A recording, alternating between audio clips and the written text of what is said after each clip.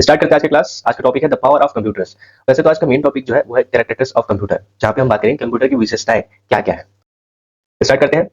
Speed and accuracy, तो पहला point आता है स्पीड का। Computer process data and perform complex calculation at incredibly high speed, completing operations millisecond and microsecond. They can execute billion of instruction per second, BIPS. तो बोला ये गया है कि कंप्यूटर बड़े डेटा को या फिर process data and perform complex calculation at incredibly high speed, ये बहुत सारे डेटा को या फिर बड़े डेटा को आसानी से प्रोसेस और उसमें कैलकुलेशन परफॉर्म कर सकता है बहुत ही गति से या फिर बहुत ही कम समय पे। ये बोला गया है completing operations in milli and microsecond. ये कोई भी ऑपरेशन को मिली या माइक्रो सेकंड में परफॉर्म करके दे सकता है। बड़ी बड़ी गणनाएं भी आपको चुटकी भर में करके दे सकता है। ठीक है, जैसे कि यहाँ पे बोला गया choose the most efficient method for data processing. एक तो मैनुअल प्रोसेस, जहां पे आपके पास मान लो 1 करोड़ कुछ लाख और कुछ रुपए है, मतलब 1 करोड़ 5 लाख 200 रुपए है और 285 रुपए, ऐसा ऑप्शन लेंगे। आप मैनुअली उसको गिनना चाहोगे, जब उसको गणना करोगे तो आपको लंबा समय लगेगा। हो सकता है कि गलती हो जाए, कहीं पे भूल जाओ तो फिर से प्रोसेस करना पड़ जाएगा, फिर से गिनती गिननी पड़ जाएगी। ठीक है, वो तो 10,000 रहता है, उसी आदमी गिनने में 3 बार गिनता है कि अरे सही है कि नहीं है, 10,000 है कि नहीं है। ठीक है, तो उतना बड़ा रकम को गिनने में बहुत बार एरर हमको आएगा। बट कंप्यूटिंग प्रोसेसिंग ये फास्ट है और एक्यूरेट है। जो नोट गिनने वाला मशीन है, अगर उसको हम देंगे तो फास्ट, बहुत ही जल्दी हमसे जल्दी वो पैसा गिन सकता है और एक्यूरेट हमको आंसर जो है वो देगा, मतलब सही आंसर ही देगा।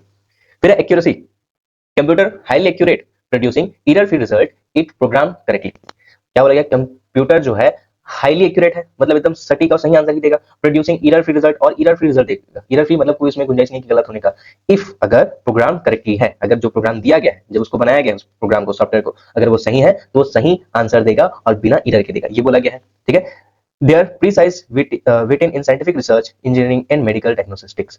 इसका जगह बहुत सारी जगह होता है, जैसे साइंटिफिक रिसर्च में, इंजीनियरिंग वर्ड में और मेडिकल डायग्नोस्टिक में। ठीक है, how to ensure accuracy in computer application, human error, incorrect data entry and programming mistake.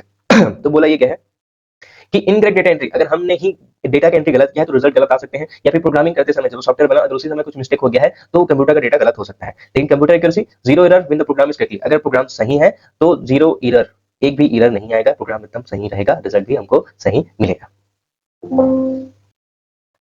फिर ऑटोमेशन और versatility.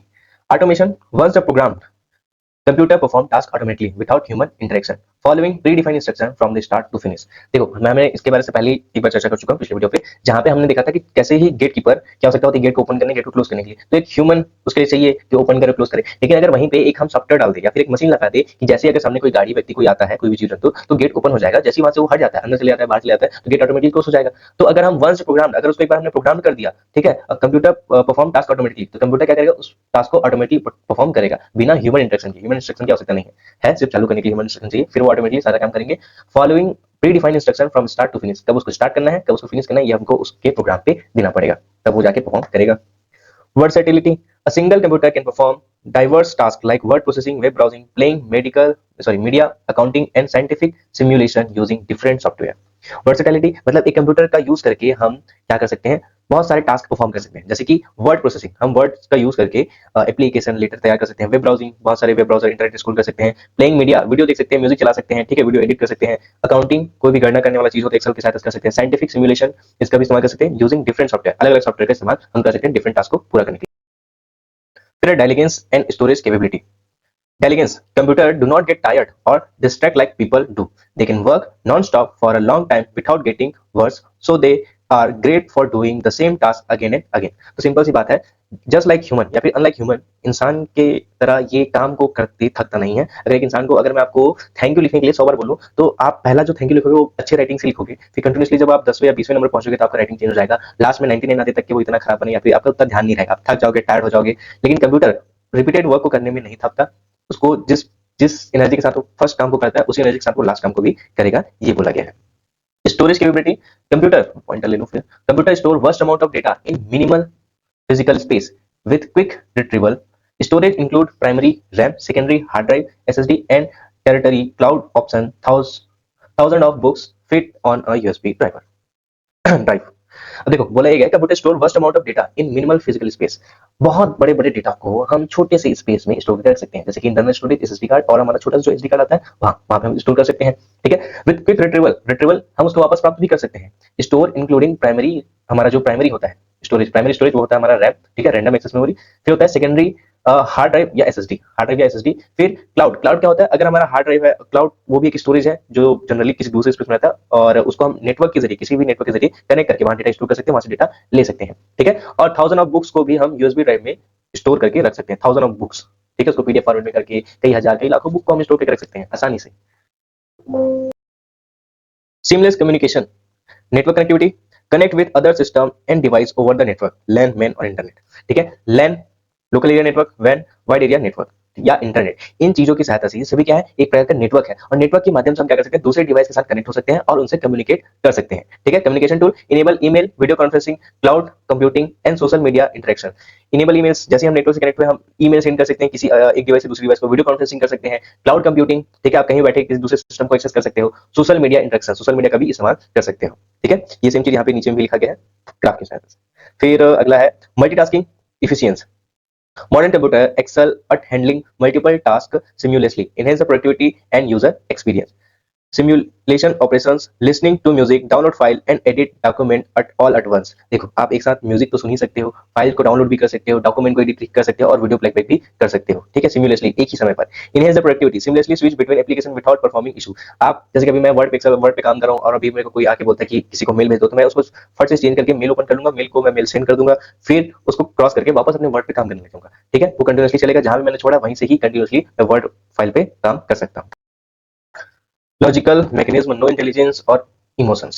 No intelligence. Computer operates slowly on given instructions. They cannot think, reason, or make independent decisions.